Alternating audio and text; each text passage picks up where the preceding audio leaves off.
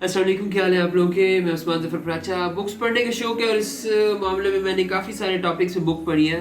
2001 से 2004-5 के दौरान जब मैं फार्मेसी कर रहा था तो मैंने एक बुक मेरे हाथ लगी थी, men are from Mars and women are from Venus. पूरी बुक तो मैंने नहीं पढ़ी थी, लेकिन कुछ पॉइंट जो बेसिक पॉइंट्स थे वो मैंने पढ़ लिए थे। ये जॉन ग्रे की बुक थी, 1992 में पब्लिश हुई है और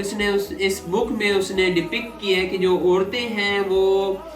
वीनस यानी ज़ोहरा सियारे से हैं, और जो मर्द हैं वो मार्स यानी मरीख सियारे से हैं। ये डिपिक्शन है, एक्चुअल साइंटिफिक एक्सप्लेनेशन या रिप्रेजेंटेशन नहीं है, बस डिपिक्शन है। और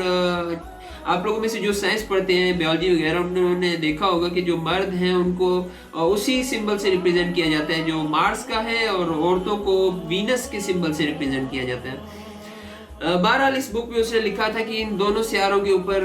केव्स हैं, कुछ गार हैं, और जब इन पे से रहने वाले जो लोग हैं उनके ऊपर कोई स्ट्रेसफुल सिचुएशन आती है तो वो कुछ मुख्तलिफ रिएक्ट करते हैं। जैसे मार्स पे रहने वालों के ऊपर अगर कोई स्ट्रेसफुल सिचुएशन आएगी तो ये अपने गारों के अंदर चले जाएंगे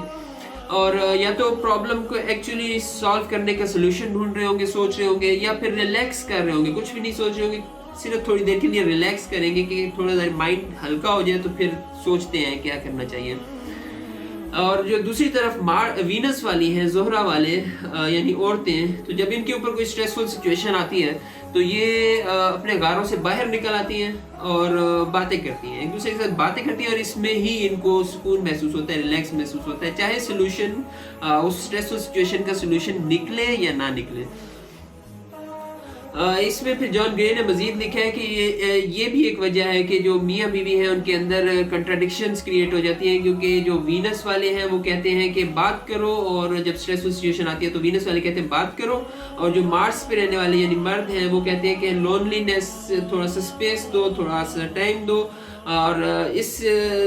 जो कंट्राडिक्शन ऑफ थॉट्स है इसके अंदर, इसकी वजह से वो थोड़ा सा उनके अंदर कंट्राडिक्शन आ जाती हैं। बहरहाल अच्छा है, बात करनी चाहिए, बात सुननी चाहिए, वो ज़्यादा अच्छा हो जाता है। तो मैं काफ़ी हद तक इसकी बात से, जॉन ग्रे की बात से इत्तेफाक करता हूँ कि जो औरतें हैं वाकई उनको थोड़ी आदत होती है बोलने की, बहुत ज़्यादा बोलना नहीं चाहिए, लेकिन औरतों को थोड़ी आदत होती है वो उनकी कि वो बोलती हैं और इसी तरह उनको रिलैक्स महसूस होता है।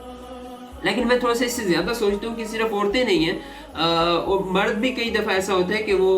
बोल के कुछ हल्का महसूस करते हैं और बेहतर सोचने की सलाहियत उनके अंदर आ जाती है। यही सोच के साथ मैं भी साइकोलॉजी के एक टॉपिक मैंने कुछ दिन पहले पढ़ा, कोपिंग स्ट्रेटजीज के ऊपर, स्ट्रेस कोपिंग स्ट्रेटजीज के ऊपर। कोपिंग यानी डील करना, उस सिचुएशन के साथ कैसे से उससे डील करना है। तो वो स्ट्रेटजीज के अंदर बहुत सारी के अंदर दो बेसिक आती हैं, उसके अंदर बाकी सारी आती हैं, प्रॉब्लम फोकस्ड कोपिंग स्ट्रेटजी और इमोशन फोकस्ड कोपिंग स्ट्रेटजी। तो ये दोनों कोपिंग स्ट्रेटजीज जब आती हैं तो इसके अंदर बाकी सारी स्ट्रेटजीज आ जाती हैं। प्रॉब्लम फोकस्ड कोपिंग स्ट्रेटजी वो है जिसमें एक्चुअली प्रॉब्लम का सोल्यूशन ढूंढा जाता है। जो शख्स जिसके ऊपर कोई स्ट्रेसफुल सिचुएशन आई है वो प्रॉब्लम का सोल्यूशन ढूंढता है, जबकि जो इमोशन फोकस्ड कोपिंग स्ट्रेटजी है जिसके ऊपर अगर फर्स्ट के स्ट्रेसफुल सिचुएशन किसी शख्स के ऊपर आई है तो वो उस शख्स जो है वो उसके रिलेटेड इमोशंस को मॉडिफाई करता है मुख्तलिफ तरीक़ों से, जैसे अच्छा सोच के, और इसके अलावा एक तरीका जो बहुत आम तौर पर बताया जाता है वो ये कि बात करो,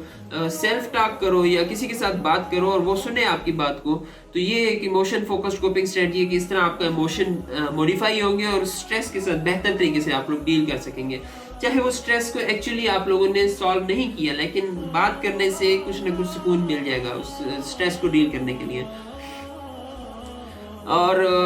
ये फिर मैं देखता हूँ तो मुझे लगता है कि हम लोगों को स्पेशली अपने प्यारों की बातें जो है उनकी ज़रूर सुन लेनी चाहिए। हमें पता हो या ना पता हो कि वो किसी स्ट्रेसफुल सिचुएशन से गुजर रहे हैं, हमें उनकी बात ज़रूर सुन लेनी चाहिए। इससे हो सकता है कि बहुत सारा मसला जो बड़े लेवल पे हो सकता था, उस बड़े लेवल पे जाने से पहले ही हम उस मसले को ख़त्म कर दें।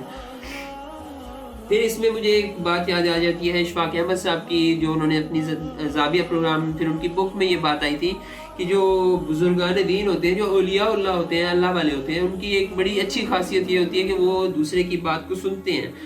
उनको मौका देते हैं कि आप बात करो, और वो फिर उनकी बात को पूरी ध्यान से, पूरी तवज्जो लगा के सुनते हैं। वो उनकी बात ऐसे सुनते हैं जैसे उनकी ज़ात में शामिल हो गए हैं।